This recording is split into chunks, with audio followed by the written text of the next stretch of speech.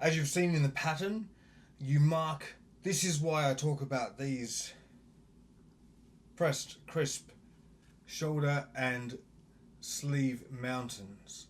And you see that line there? This is why we keep it. Everything is measured from this point down. So you measure, as you can see in the pattern, we measure down on the sleeve where it joins the body, and we measure down on the sleeve where it forms the cuff. That's the measurements on the sleeve, and they're outlined in the pattern. And then we measure on the body. There's a few more measurements, but honestly not many. There aren't many measurements on this pattern if you consider it. There aren't many marks to make, but the marks you make are important. So on the body, here's one body piece. You measure from the Kata Yama, the shoulder mountain, and we go down on both sides and mark where we're going to join the sleeve to the body.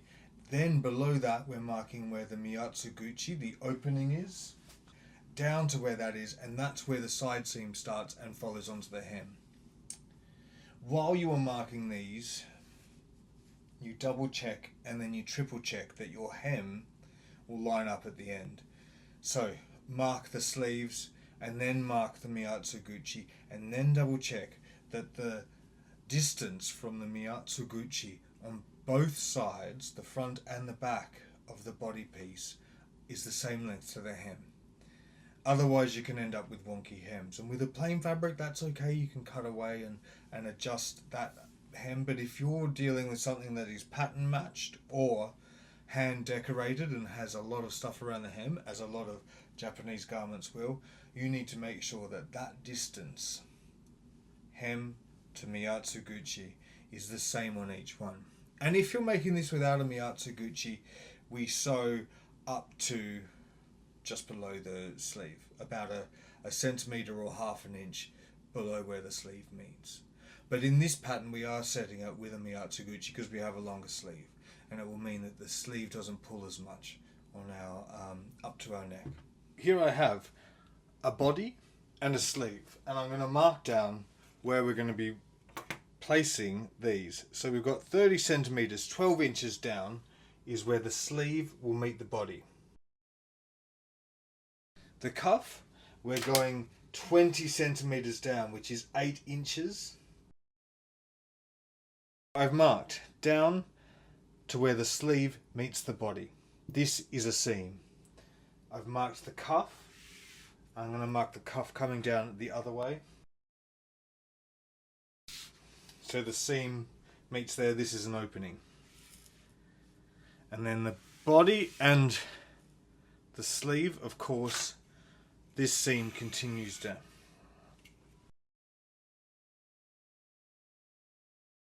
Here is the sleeve marked.